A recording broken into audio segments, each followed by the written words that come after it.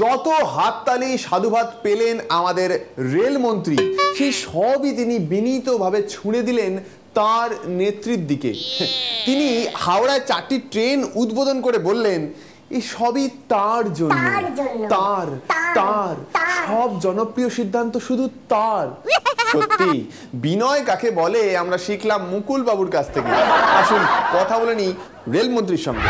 মুকুল, মুকুল, হাজরা, হাজরা, মুকুল, মুকুল, কালীঘাট, কালীঘাট। এর মধ্যে কালীঘাট করতে গেল কেন? হাজরার পরেই তো কালীঘাট। নমস্কার মুকুল বাবু। নমস্কার। পশ্চিমবঙ্গবাসী 4টে নতুন ট্রেন পেল, তা আপনারা নিশ্চয়ই সাধারণ মানুষের থেকে অনেক আশীর্বাদ ভালোবাসা পাচ্ছেন, তা কেমন লাগছে আপনার?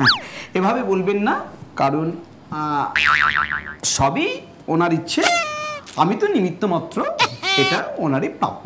কিন্তু ট্রেনের লাইনের সংখ্যা খুব একটা বাড়ছে না, আবার ট্রেনের কোচের সংখ্যাও বাড়ছে না, তার উপরে আপনারা নিত্য নতুন ট্রেনের নতুন নতুন রুটের ঘোষণা করে দিচ্ছেন, তা এতে কি ট্রেন চলবে? নিশ্চয়ই চলবে। দেখুন, কথাই বলে যদি হও সুযোগ তেঁতুল পাতায় নজর।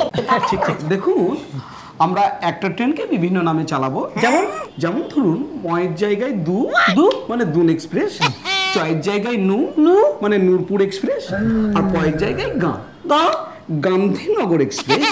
আমরা চালাবো একটা ট্রেনকে বিভিন্ন নামে চালাবো, আর আমরা সমস্ত জায়গায় ট্রেন চালাবো, শুধু ওনার আশীর্বাদ থাকলেই হবে। কিন্তু রক্ষণাবেক্ষণ মানে মেনটেনেন্সের জন্য সময় চাইতো। কেন? আপনি আপনার জিনিসগুলো মেনটেনেন্স করেন না, সময় পান না?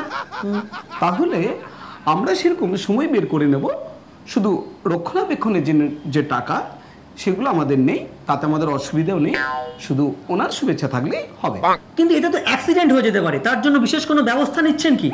অ্যাক্সিডেন্ট সেটা তো আমাদের হামেশাই হয়ে থাকে, ওটা আমরা চিন্তা করি না। আমরা শুধু চিন্তা করি যে আবার কবে অ্যাক্সিডেন্ট হবে, আবার কবে অ্যাক্সিডেন্ট হবে, আবার কবে অ্যাক্সিডেন্ট হবে।